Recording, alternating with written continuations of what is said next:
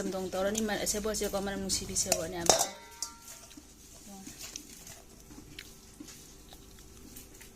पानगा थुंजा पिंगारेगा थोंदोइनी को मयाम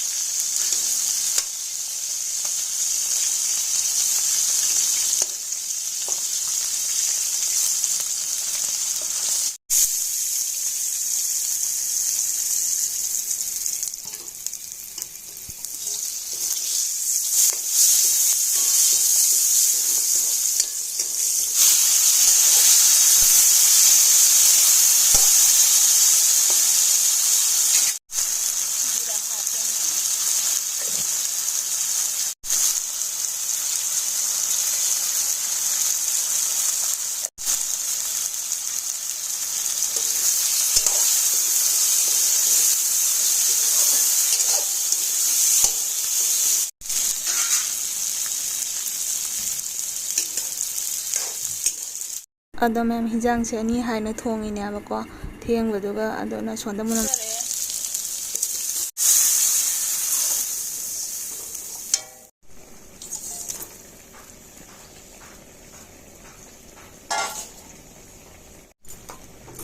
सेबोट से को मतंता को मनी थोपने आ सेबोट से मोबु मतंता अदो मैम हिजांग सौबगी वीडियो दी ए लौबा ngamjahoutre abako ado मैम हिजांग जे थांगदारे ado matam su jam thienga baina chak thongisi adugi ei loba ngamjahoudre mathang ado मैम सेबोट jamdong si थांगदारे abako loina Hi everyone, welcome back to my channel. Ngasi gi mubang sidi hunjak pingari thongbani aba panga siga thabi ma jawra siga sebot ka khajing ga jamdong ama leijare ado mai cha ba hojara handak se pan se kha toi re aba ko pan pam bani na ado mai cha ba hojara age pan pam bai sinau mai lai ga mam tang to biramo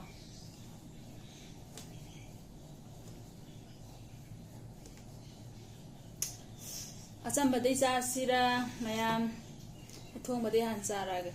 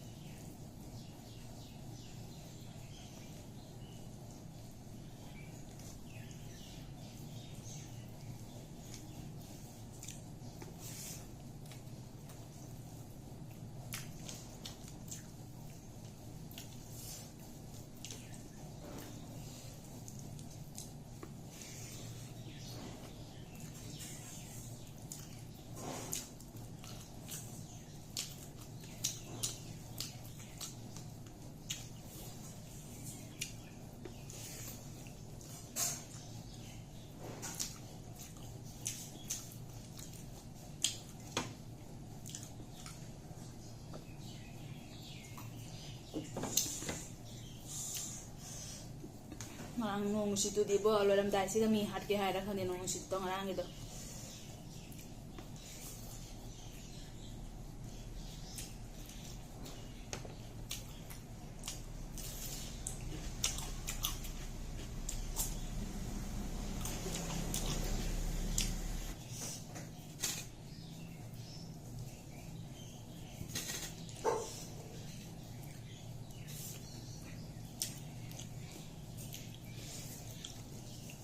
अदो मैम आई थुजा पिंगारी थोंग जम सतिना palm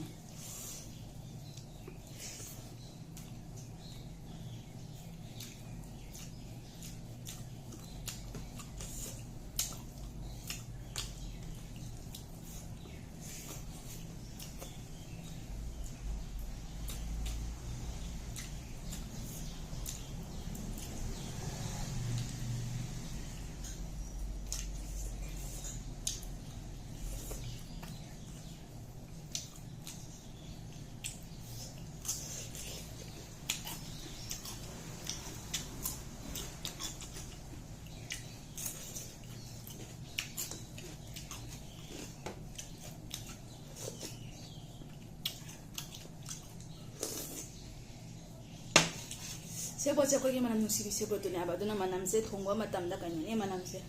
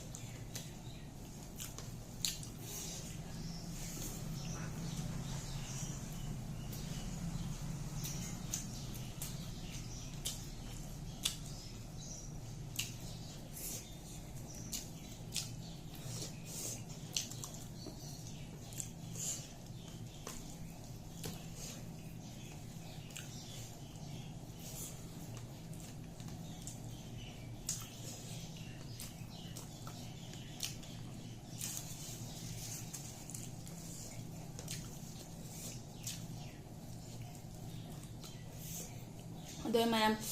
YouTube की चिना मैम सिंह पूजा की शॉपिंग होनरबो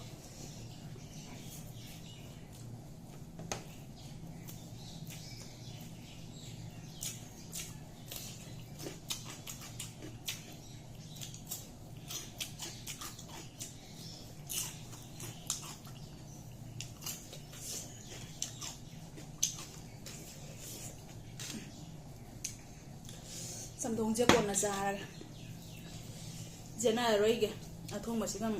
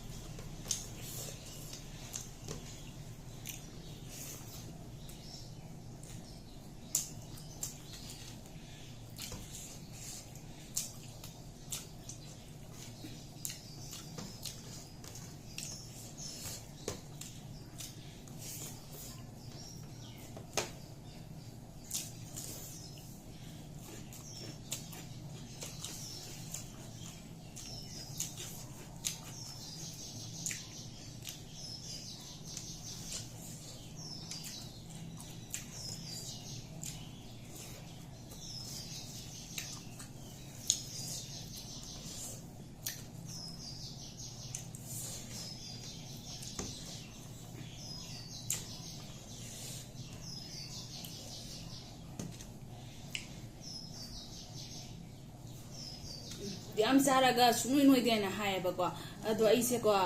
रियल ददी को जामना नोयबको मसासे अदो वीडियो द दु मयांग कंगना मानबगी वरिनेबा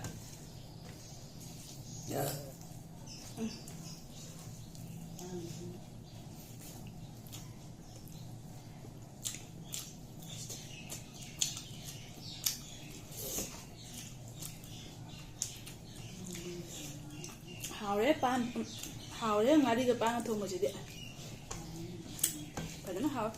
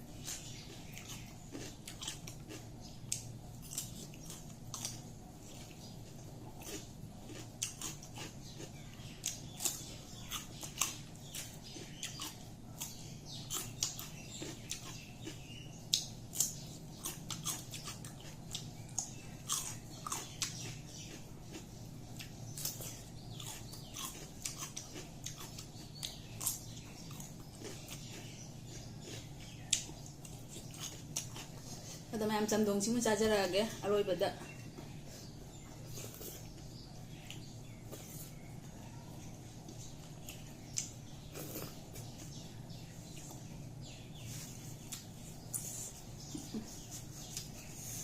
ꯐꯖꯅ ꯍꯥꯎꯋꯦ ꯆꯝꯊꯣꯡꯁꯤꯁꯨꯀꯣ ꯃꯅꯝꯁꯦ ꯅꯨꯡꯁꯤꯕꯅꯤꯅ ꯑꯩꯁꯦ ꯍꯥꯟꯅ ꯁꯦꯕꯣꯠꯇꯤ ꯆꯥꯔꯝꯗꯦꯕꯀꯣ ꯍꯧꯖꯤꯛ ꯑꯃꯨꯛꯀ ꯆꯥꯔꯦ ꯐꯪꯉꯛꯇ꯭ꯔꯗꯤ ꯂꯣꯏ ꯆꯥꯔꯦ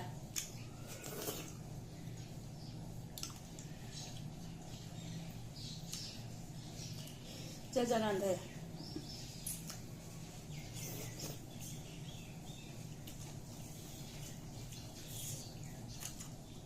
ꯉꯥ ꯃꯆꯥꯒ ꯑꯗꯨꯝ ꯁꯦꯕꯣꯠꯀ ꯑꯗꯨꯝ ꯊꯣꯡꯉꯦꯕꯀꯣ ꯆꯝꯊꯣꯡ ꯇꯧꯕꯁꯦ ꯉꯁꯤꯅ ꯑꯍꯥꯟꯕ ꯑꯣꯏꯗꯣꯏꯅꯤ